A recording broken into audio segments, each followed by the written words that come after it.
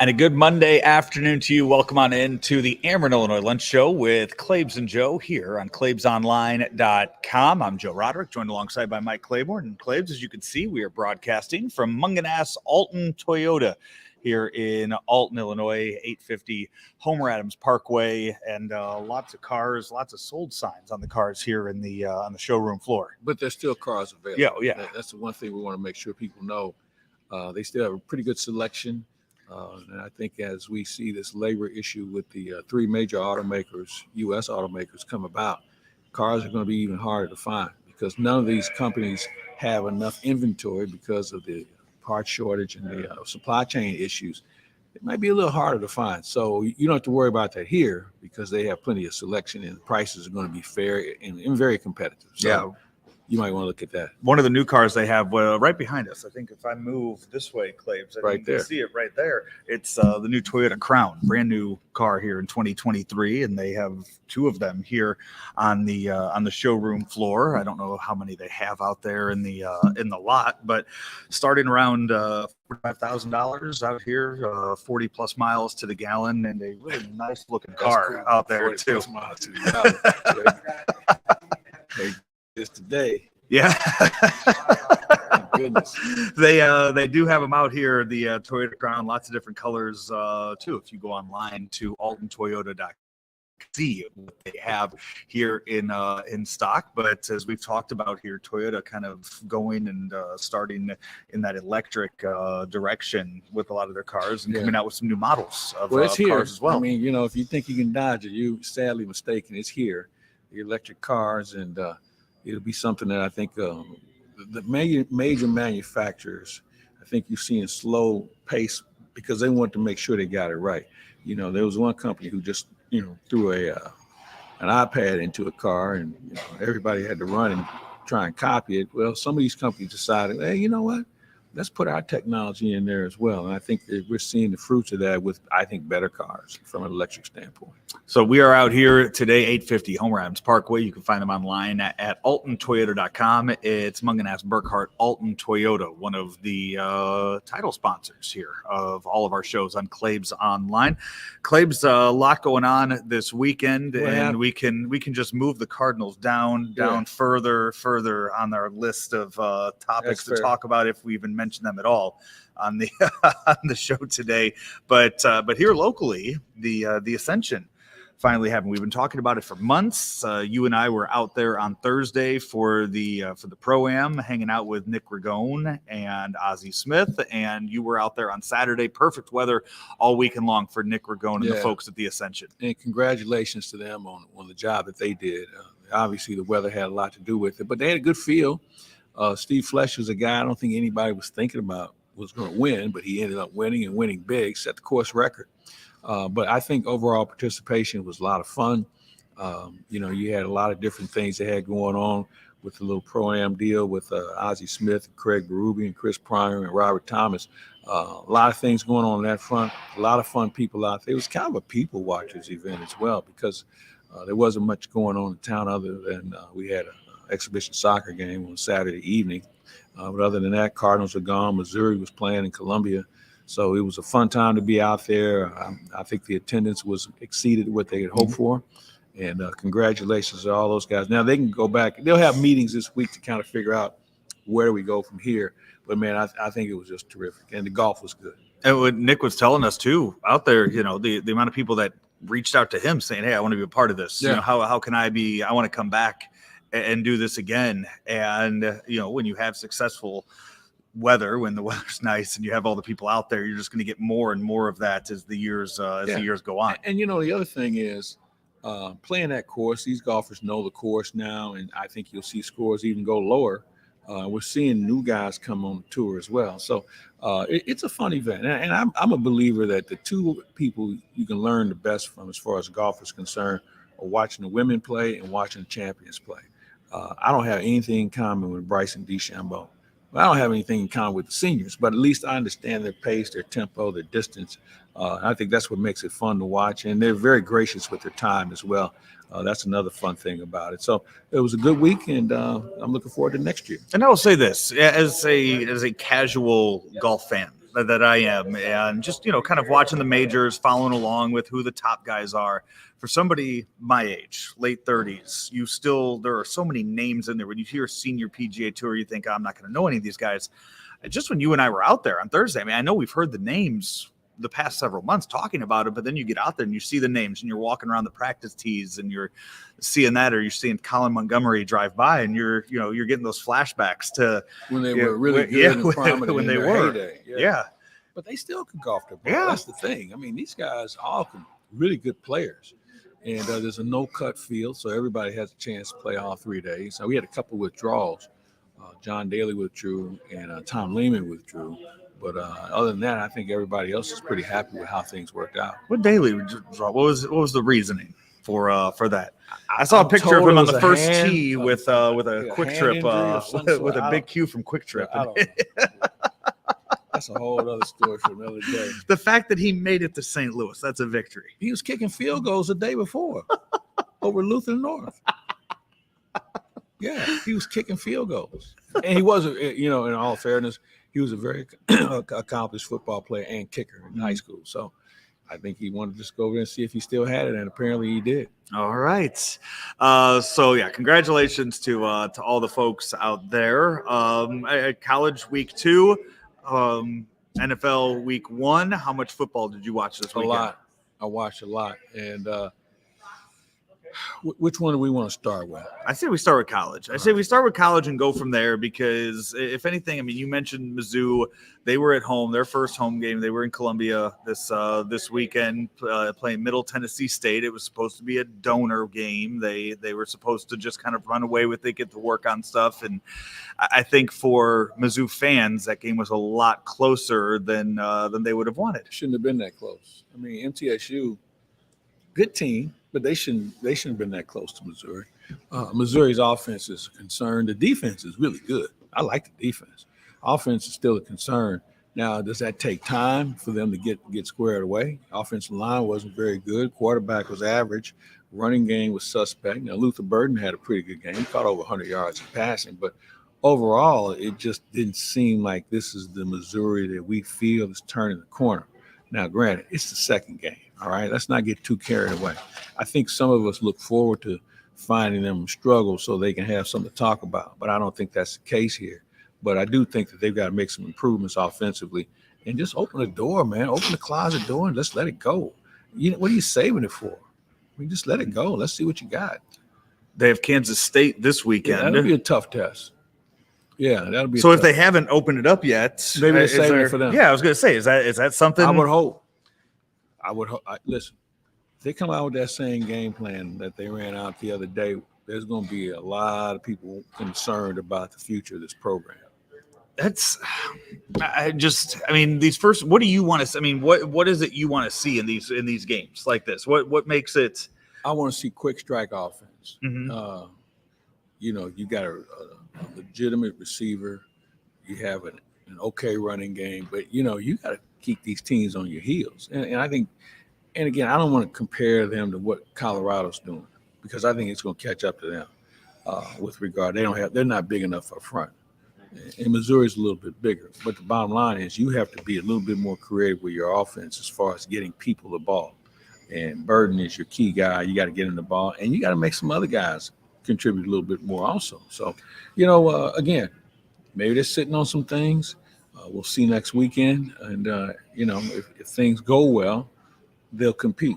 If they don't go well, they'll get blown out, and then you're going to have a problem. You'll read stuff from Mizzou critics about the use of Luther Burden. So far, through 2 games this year, he's 15 receptions, over 215 yards total receiving with a touchdown. And everyone is quick to say, they're going to get rid. He's going to transfer. He's going to leave. You got to understand that. I can certainly understand 15 why. Catches though in those first. How much are you looking to get with that? Are we looking video game numbers out of him? I think that you had the 15 catches. You said what, 1 touchdown or 2? Just so I think you're looking for him to be in the end zone more. But you know what? Let's give it time. I'm not one that's going to push the panic button. It's a little too early to push the panic button. If you think it's tough in Columbia, what do you think they're thinking in College Station? Yeah, with A&M losing. And, you know, they're paying Jimbo Fisher a whole lot of money, and it's not working so far. I just don't think you can judge a team in the month of September. I just really don't. So you have to wait. Not even that. I mean, just around the SEC, Texas beats Alabama in. You kind of see that coming, though. But you know, you're looking at Alabama's quarterback play and kind of scratching your head as to what else do they have, because they didn't make a change. They stuck with Milroe the whole game. Well, and you know what? Maybe that tells you they don't have anybody else ready. And, you know, maybe we're a little spoiled at the quarterback position at Alabama. When you think of Hurts and Mac Jones and Tua, I mean, those are three guys that are prominent players in the National Football League. Which for a long time, it never seemed like Alabama had you're right. a top quarterback. And it always seemed like Alabama was defense, and a running back. Yeah. And just recently, some of the wide receivers that have rolled through there that have made it big in the NFL kind of seems like that's a little off character for Alabama. Now, then they have quarterbacks getting drafted in the first round too, and you're thinking, okay, See, I'm gonna disagree with you on that receiver thing, because they've had some good receivers for like the last 10, 12 years. Who's the kid that you think it's that long? Yeah, who's the kid in Dallas who's now in Cleveland? Amari Cooper? Yeah. I mean, he's been in the league for 10 years. Has he? Yeah. Phew. So, I mean, or 9 years, but they've always had complimentary guys. I look at a guy like Josh Jacobs, who most people couldn't tell you where he went to school. Played at Alabama. Did he? Yes. So, I mean, you know, and then you look at the guy in Pittsburgh, their running back, he just doesn't have any help. Their running back in Pittsburgh, Najee Harris. Yes. You know, you look at Derrick Henry. I mean, they've had power and they've had offense. They've had good receivers, and they've had good linemen too. I mean, you know, they have a lineman taking in the first 10 picks every year. Oh, yeah. So, you know, again, I think it takes time, and I think we have to be even more patient because of the portal. You know, I mean, the portal is a game changer with regard to how much time can you get with a guy. Mm-hmm. And, you know, the other thing is, how much time can you get with a guy in uniform instead of shirts and shorts and walkthroughs and all that crap? I mean, I don't think that's how you make a football team. It really isn't. And I think the byproduct of it is how the running game has disappeared because offensive linemen don't have a chance to really power block. They're more concerned with clutching and grabbing and holding a guy on pass protection, and they kind of gotten away from the run game. You know, you look at yesterday. Man, I'm moving to the NFL for a second. I was still going to go. I'm going to go back to the Pittsburgh college got after. pushed around because San Francisco's offensive line was laying some legitimate blocks. Trent Williams was mauling JJ Watt's brother. TJ. Yeah. And the other guy on the other side was feeding their other defensive tackle a lot. So, I mean, they were physically pushing those guys around. And when you look at the game, and I got to be honest with you, I was a little embarrassed by what I saw yesterday. But it is what it just is. Just in that game, or are you talking? Just the league-wide. Okay. Oh, well, we'll get into all those. All right, we'll get back I want to do for college, though. I'm going to get back to that Texas-Alabama game because for so many years, you'll hear, oh, Texas is back. Texas is back. Maybe they win a bowl game big. Oh, they're going to be back next year. They're going to have people come back. So winning this game, going to Alabama and winning this game, and already being, I know you don't like the preseason rankings, but they're ranked 11 right now. They're well thought of as well. So winning a game like that in Alabama, I mean, Texas being back in, Texas being a big deal in college football helps get more eyes on college football. Well, yeah, and think about the fact they'll be in the SEC next year. So you can't run from them. Remember A&M went into Alabama one year and beat them too. So it's not like this has been this stronghold. But, I think it's good for the game. I don't think there's any doubt about that. And there's some other programs that are trying to find their way. I think the pressure, though, for college coaches to succeed is greater now than ever. And, how you fix that, you got to fix this portal thing, man. You got to fix that in the NIL because this NIL, I was with a college administrator recently who just said, hey, listen, if they don't figure this thing out, this whole thing will implode. I'm glad you brought that up because there's an issue going on right now. Looking up the actual story for it. It's Gervon Dexter. Have you seen the story behind him? The kid from Florida. Right now, his NIL contract that he signed with an investment capital company while playing at the University of Florida in 2022. They're saying that it violated the law, the state law that was in place at the time in Florida. Apparently that he agreed to pay Big League Advance Fund 15% of his pre-tax NFL earnings for the next 25 years in exchange for a one-time payment of about $450,000. That should be that is against the law. But see, you gotta remember something. You think about these kids who get bad advice from family or friends, and some guy comes in and gives them rolls his cash out, and he owns them. It's no different than in baseball in the Caribbean.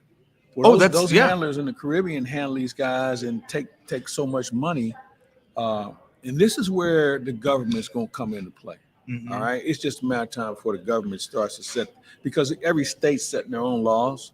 The government will come in and say, "All right, boys, you guys couldn't do it the right way. Here's how we're going to do it." Just reading this out, just reading this out loud.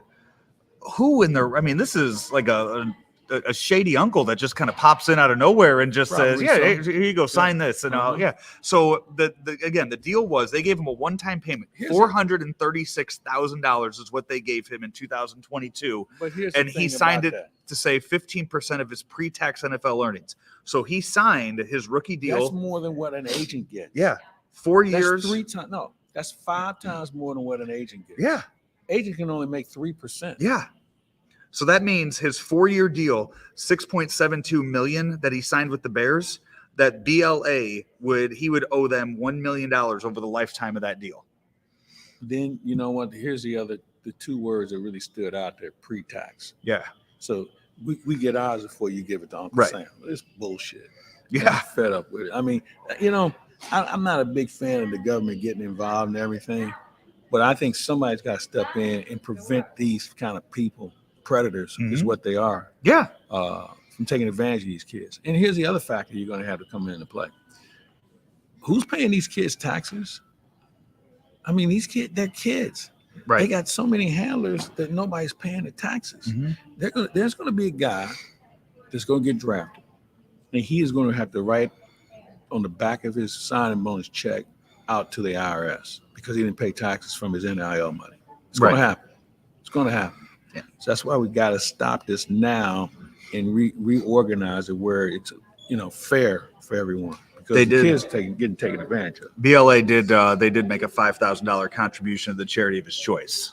So that makes it all better. You know what? Here's the deal. Every university, and every agent should mark this company and say, "This is one you stay away from." Yes. Yeah. By the BLA is also, they tout that they have dozens of Major League ball players, including Ellie De La Cruz. So might be time to dig into what kind of deal they worked with him before he's hit it big with the Reds. But yeah, that whole deal. When you look at the actual numbers of it, and it just makes you scratch your head as to who did he even consult with before making this deal? Probably did. And who did that money go to? That $400,000 go to? That just kind of vanished as well. So back to the college ranks though. Colorado wins again, 36-14. So Deion Sanders 2-0 now in his debut there at Colorado. They packed the stands for that. They've sold out season. They've sold out the season. Remember that spring game? They were sold out. Mm-hmm. It was snowing that day. Have you? From what you've seen out of out of that team, here's what I like about them. They play quick on both sides of the ball. I think though, the lack of size up front will catch up to them because they don't really have a legitimate running game. Sanders gets hit a lot, and they got to figure a way to protect him better. I think they've got to find a way, and I think that's the only way they can win. They have to be quick strike where teams don't have a chance to load up on them. You got to spread the field, and you got to be going on a quick count, and you probably have 2 plays calling a huddle, every time out. And I think that's the only way you can do it. I just don't know if this method can hold up for an entire season because of the competition they're going to be playing.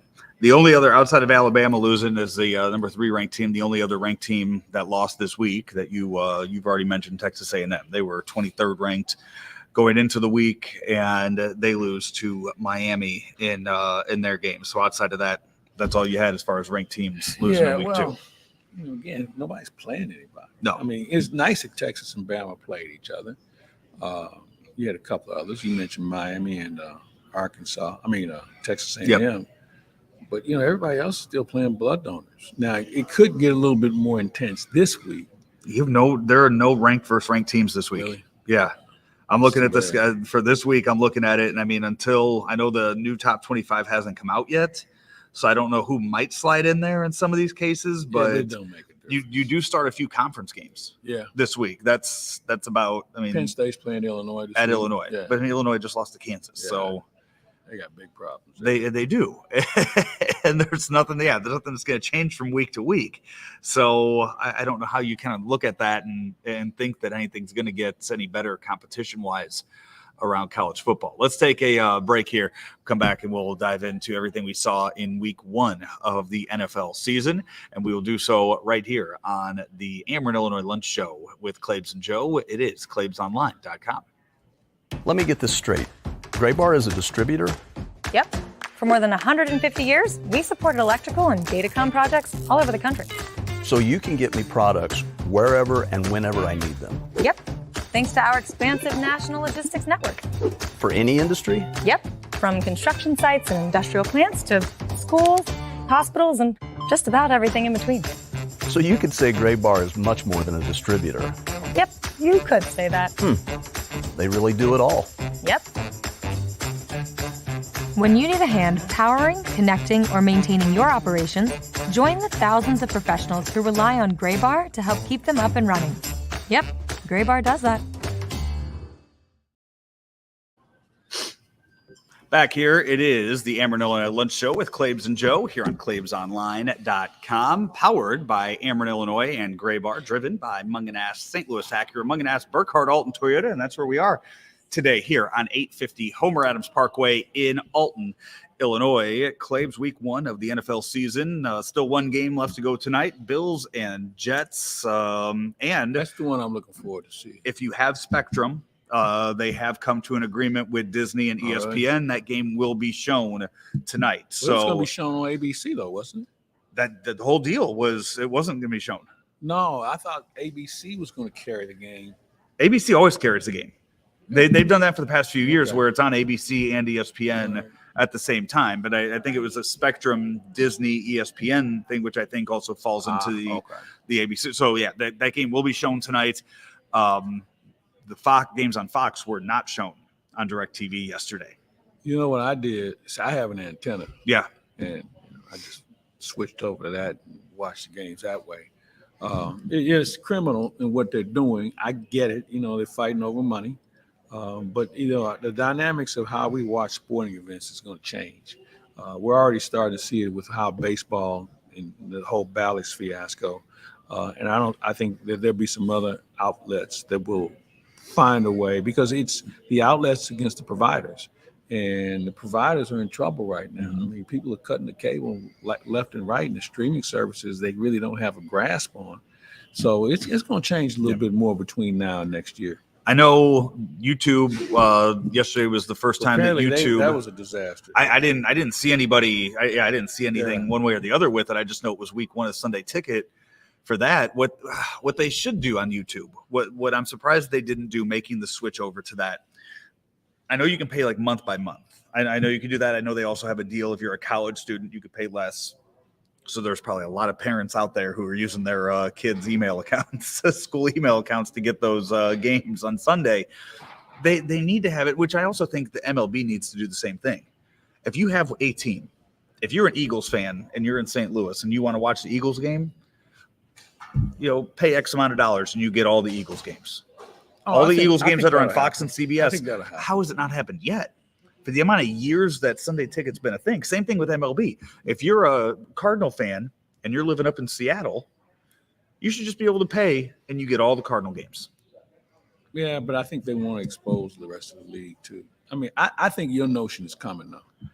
I think it's coming. And what the problem I think you run into is then you either have the revenue sharing, so maybe you don't have as many Seattle fans as you have Steeler fans.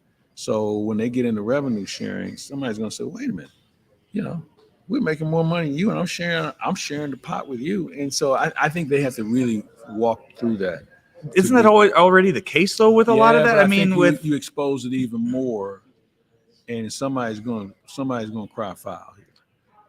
And then I think it also depends on, and we see it in baseball. Some of these teams are taking the money and not doing anything with it. But the NFL, the NFL, there's a salary cap and there's a floor and there's everything. I mean, so yeah, I mean, the Browns and the Cowboys, that is, that they are. I think your notion is coming. I think there's probably something that we haven't thought all the way through.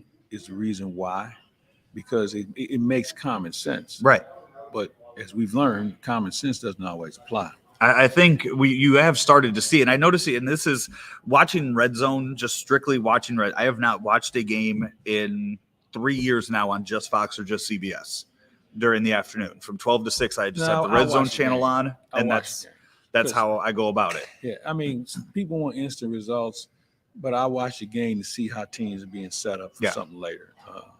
I'm just old school with regard to, we all like the highlights, but I think that there's a play or two, a coverage somebody saw, and they said, all right, we can go back to that. Or we saw a guy, maybe his inside shoulder was too close to the ball, and maybe you can pick him. I mean, there's a lot of little things that I watch for that I don't get if I watch just the Red Zone. Yeah. So, and I have noticed though, when you kind of go through and you look, they have gotten away from the traditional AFC on CBS, NFC on Fox. They have gone away from that as far as the revenue sharing, as far as the TV deals go. So I think we're getting closer and closer now to a different TV deal with that, because you have games on Amazon on Thursday. You have games, Fox and CBS on Sunday. You have the NFL Network is going to get their games as the year goes on. NBC has Sunday night. ESPN has Monday. So I just think there's so many different ways to watch it now. And if you have Peacock, you can watch the games on Peacock on Sunday nights instead of watching it on regular TV, NBC. So I think we're close to another big boom with that. And the same with, all these, with so many places that have cut the cords. And I know we started talking a little bit about this last week, just the way of viewing games. You look at baseball, how many different networks is MLB on right now? Wait. Turner, ESPN, Fox Sports 1, ESPN, Apple. Yeah. Did they do the YouTube games this year? I don't think we were on any of them. No, I don't think I saw anything about the YouTube games this year. But we just, we obviously weren't the flavor of the month like we've been in the last few years. So I'm not sure how that's working. But, the problem with those entry league networks is their inability to promote and get out in front on this. Now, I've watched some of the Apple games. I kind of like their camera work. Whatever camera they're using is a distinct difference than what we see normally. So, I think whoever comes up with the sharpest technology that can move to the front of the class, if they can get the word out that these are where you can find our games. And you know what? Make it simple for the viewer. First thing, people of a certain age are, well, I'm not watching that, because they think there's a challenge to it. But that's where we're going. So they have to figure out how they can make it easier for people to watch their games. So first week of the NFL season, Thursday night, you saw the Lions upset the Chiefs in Kansas City. The Chiefs didn't have Travis Kelce, though, which I think didn't have anybody to catch football either. That's the other thing. Kadarius Toney. It's not the name. It's just the fact that. Well, he was the one that dropped a lot of but my point being, this is common. It's going to be even worse. And I'm going to go back to something I've been preaching for the last few years. First of all, I was embarrassed by what I saw yesterday. I saw some teams just flat out got manhandled because, you know why? Because they don't practice the same way. And Sirianni, the Philadelphia coach, kind of alluded to that after the game yesterday. He'd do some things different. They were the only ones that probably they looked bad, but still escaped with a win. They found a way, But the Giants, the Bengals, the Steelers, they weren't in. Those three were, Yeah, those are three pretty big fan bases too to upset like that in week one. But the Steelers' offensive line has been garbage for the last few years. Yeah. So, and I don't know how they fixed that. Kenny Pickett was very hesitant, but this goes back to not getting enough reps, man, in games, not in practice, because you're out there in shirts and shorts, and the only thing you have on protected is a helmet. You have shoulder pads on, you don't have hip or thighs on, you don't have any of that. And then you're expected to go out and play on Sunday when guys are teeing off. The defense is ahead of the offense right now. And I just thought that there was some really bad football, starting with the line play. I thought Dallas was ready to go. New York looked like they needed another 2 weeks. And you saw some other games. San Diego is a team that might be in trouble before this thing gets started. And then you have the young quarterbacks who I thought were okay. What was it about San Diego? Was it the same thing with the front line? Yeah, their line is terrible. And so, but again, because they don't have enough legitimate contact reps. If I'm playing against you every day in practice, I'm going to, it's like, for me, I would say a guy who has to play against Aaron Donald every day, he's going to be a little bit better. Yeah. Or he'll be unemployed. But I don't think guys face each other enough when it counts. I mean, you've seen practices, set hit, and they just grab each other. They don't move. Right. They're not pushing the pile, and they just want to see what the pass looks like. I got news for you. Those guys up front, if they don't get in sync and physically attack people, then your guy's going to get killed. And we're going to lose a quarterback or two this year because these guys aren't ready to play. Have you? Did you see the video with the audio of Geno Smith when he's being rushed by Aaron Donald? If you didn't see that, you go find the video. I got news for you. I would probably have said something even more vain than that. Aaron Donald gets loose and is running right up the middle of Geno Smith, and Geno Smith being mic'd up. You hear him go, "Oh my God." You know what that reminded me of? You remember that home run that Pujols hit off of Brad Lidge, and they cut to the dugout? And Andy Pettis. Have you seen the other one too? Have you seen when Peyton Manning was on the Colts? Have you seen that video where he's yelling at Donald Brown? Where Donald Brown is standing in the backfield, old running back for the Colts, and he's standing there, and the guy comes running through, and the pass rusher just runs right around him, and Peyton Manning starts running away, and you hear him go, "God damn it, Donald!" as he's sprinting to the sidelines to throw the football away. Just cussing out his running back. I mean, that's right. You're doing the same thing, running for your life. The Giants just losing. That's Cowboys are going to be a good team. Giants are supposed to be a playoff team this year, but getting 40-0. 40-0. But you were bad in all three areas. Yeah, special teams was bad. Your offensive line was terrible. Your quarterback who just signs $160 million deal goes 15 for 28. But he's a byproduct of what's up front. And the running game, they checked Barkley early in the game, and they decided to keep him between the tackles. It was not going to work for him because here's the thing: Dallas has got a lot of speed on that defense, man. They got a lot of speed. There was a couple of plays they virtually overran. They got there so quick, and they get there as a group. Now, granted, the Giants may not be the best example because they had 49ers next week. Cowboys. The Giants? Oh, Cowboys next week. It is no. Cowboys have the Jets. Jets next week. They'll be busy with that group too. Yeah. So again, I'm not a big believer in everything right now because these guys aren't in true football shape. You can't assess a team until October. You really can't. And for the bettors, it's got to drive them crazy. I mean, because they don't know. They don't know either. So it's one of those issues that you just have to kind of figure out and just say, all right, let's just hold on, not get anybody hurt. Yeah. You don't think Baltimore's chances went down the tubes yesterday losing Dobbins with an Achilles? Yeah. I mean, they were already a little thin at that position. Now they're even more in trouble. And that's the thing about the game now, man. You lose an injury, you lose a key guy to an injury, your season's virtually over. because there's not enough good backup players that can step in and fill that void for a long period of time.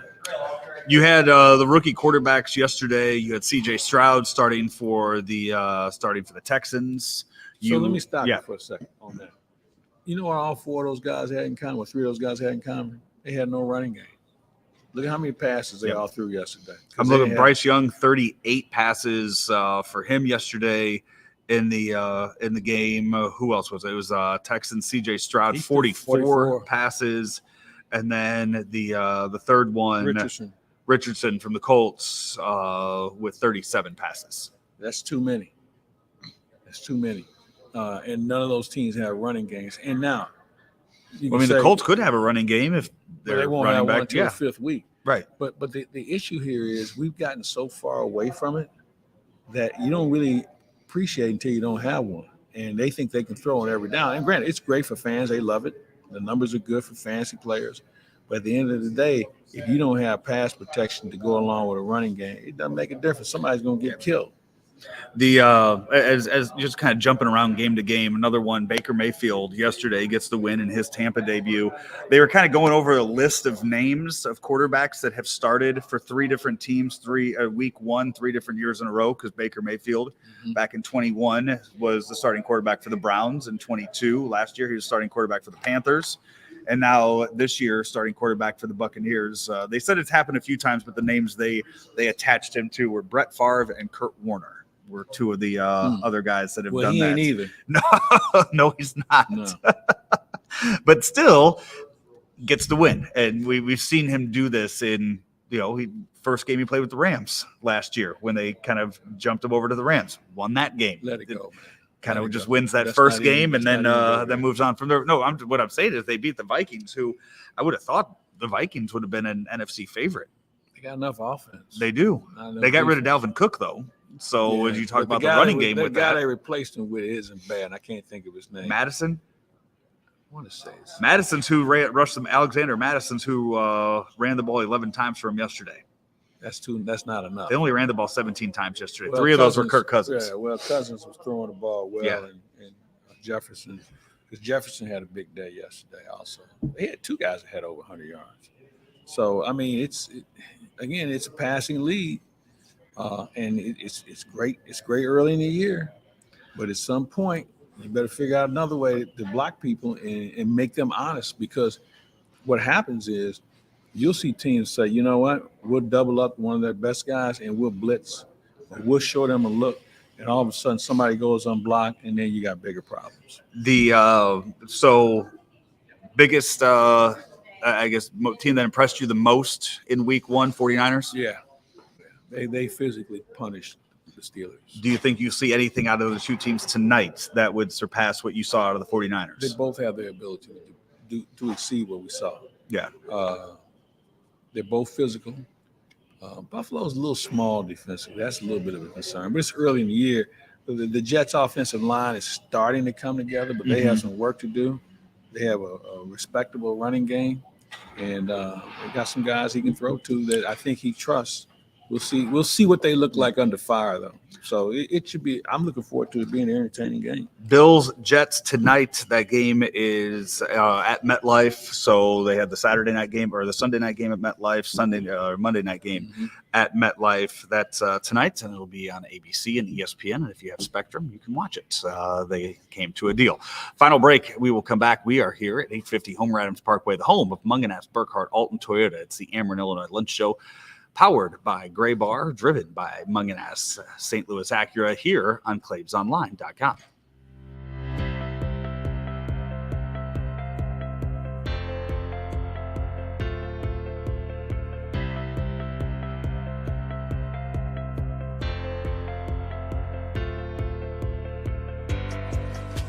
So what made you get involved in this program? I mean, you had multiple options, I'm sure, but what made you think that this is something you wanted to do? Well, I wasn't quite sure what kind of career path I wanted to take at the time, and I heard about the Painters Union and all the great things about it. Basically, they put you through this apprenticeship. It's a 4-year apprenticeship, and they teach you everything you need to know about the trade. So it was pretty hard for me to pass up once I heard that. Well, I think mostly it was just knowing that, they're here to protect you, the union is, and knowing that I was going to be able to take my time to learn, it wasn't going to be one of those things where they're forced to day one jump right into it. And I think once I figured that out, I mean, I love the opportunity to grow, and I think that's the best thing for a job. Final segment here of the Ameren, Illinois Lunch Show, driven by Mungenast Alton Toyota. That's where we are today. It's 850 Homer Adams Parkway, the home of Mungenast Burkhart Alton Toyota. I can see out there. I see the 4Runner sitting right out there that they have. They have some of the new Crowns here. The new RAV4s are those look really nice too. The brand new ones they have out here at Mungenast Burkhart Alton Toyota, and they're going a lot of hybrids out here too at the Toyota, which expect a lot more of those to be here in stock at 850 Homer Adams Parkway. Claibs, the U.S. Open wrapped up this weekend as Novak Djokovic wins his, what was it, 24th major. I know we had, good player, very good player. Obviously, the greatest as we speak. And you know what? The thing about him, he could probably do this another 2 or 3 years. Yeah. I mean, he takes good care of himself. I tell you the guy I feel for is Rafael Nadal, who injuries have just broken him down, because I think Nadal's a better player, but the injuries have just taken so much away from him. But the thing that I thought was probably most rewarding about the tournament, obviously Coco Gauff winning in 19, but the American presence on both sides was something we haven't seen in a long time. And Ben Shelton, we're going to see him again. I mean, he's a guy who wasn't even ranked and, got to the semis. And you see some other guys. Chris Eubanks is a guy who kind of came on the scene, but he got out early. So there's a lot of good young players from the United States that I think are giving tennis credibility again. And that's what's going to make next year even more fun. But overall, I thought it was a good tournament. We saw some people emerge that really accounted for themselves, and we saw some of the old reliables who made themselves present. And I think the game of tennis is moving in a good direction. So Federer had 20 majors, Rafael Nadal 22 majors, Djokovic now with 24 majors. Mm-hmm. We put him at the top. Yeah. Best, well, great, he's got the GOAT. He's got the titles to prove it. Mm-hmm.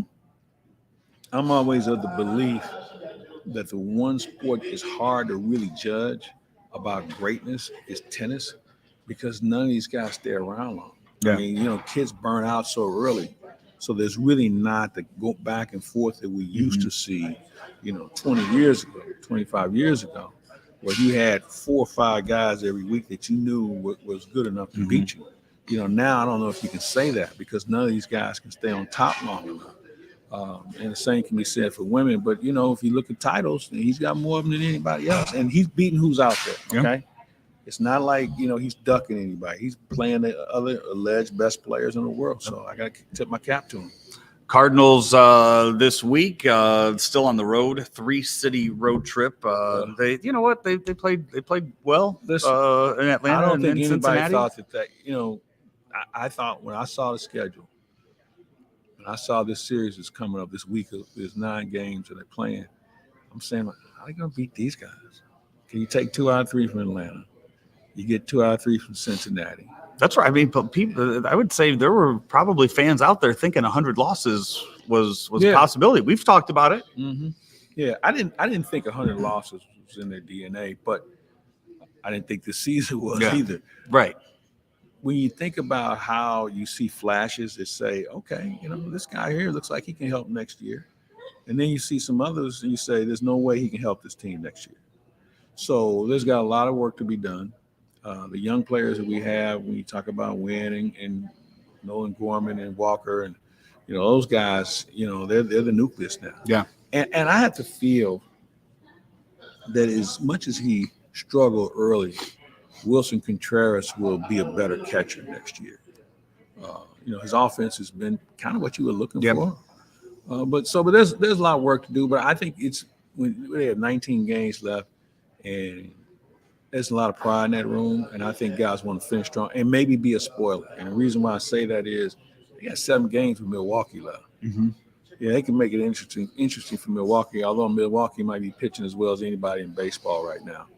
Corbin Burns and the Phillies are coming Devin in. Williams had a no-hitter Yeah. going through 9 yesterday in the game. And the Phillies are a team that's coming in here looking to do some damage because they're fighting for a playoff spot as well. So, these last few games ought to be entertaining, if nothing else. Yeah, or they're in Baltimore tonight taking on the Orioles, first of 3. Jack Flaherty will not pitch in this series. I don't remember if he pitched Saturday or Sunday, but he will not pitch in this series. Drew Brahm will pitch on Wednesday, though, for the Cardinals against the team that drafted him.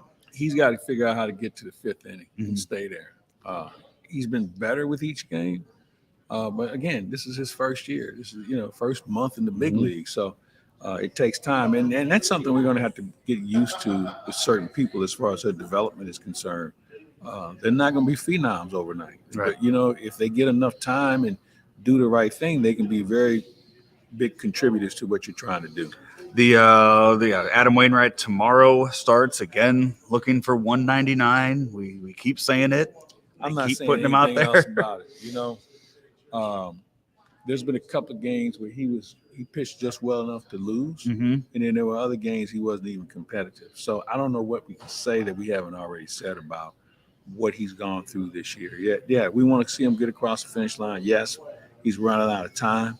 He's running out of opponents that he can beat because I don't know who he can beat right now. The guy he's facing tomorrow, I think it's his season debut, John Means. Those guys give Cardinals problems. Did he throw a no-hitter last year? Means? Yeah. I'm not sure. For some reason, yeah, he did. He threw a no-hitter in 21. So I was going to say, I knew that name sounded familiar. I knew he wasn't, he's not a star by any means, but I knew that he did have a no-hitter under his belt. So there you go. 3 in Baltimore this week, and then the Phillies in town this weekend. Lots of giveaways, too, coming your way this weekend in St. Louis for the Cardinals and the Phillies. Tickets available, cardinals.com/promotions to find those. We will wrap things up here today from Mungenast Alton Toyota, 850 Homeland Parkway. Find them online at altontoyota.com. Know exactly what they have here on the lot before you make the drive over to the Illinois side of the river. And we will be with you all week long. You got Huddle Up with Howard coming up. I'll be touching base. Yeah. What else do we have? I'll be doing daily cards with Rammer coming up as well. We'll probably Dr. put Rick with Nick Ragone about the golf. Put that to bed. Yeah, we got some other video that we'll post on the website too of Nick and Ozzy playing together. Also, hockey is just around the corner. Kind of walking through that right now with a few people. So. Looking forward to it. We got a lot of good stuff coming your way. We absolutely do. So keep it right here on Claibs Online. For today, we have been powered by Ameren, Illinois, and Gray Bar, driven by Mungenast St. Louis Acura. And we thank Mungenast Alton Toyota for having us out here in Alton, Illinois. For Mike Claiborne, I'm Joe Roderick. We will talk to you later right here on claibsonline.com. There's always been a bright side to living in downstate Illinois. Ameren, Illinois is making it even brighter with a little help from the sun. Right now, we're building a next-generation solar facility to bring you cleaner energy for generations to come. It's good for the environment, your neighborhood, and everyone living in downstate Illinois. That's brighter thinking. That's energy at work. Learn how you can participate in solar programs at amerenillinois.com/renewables.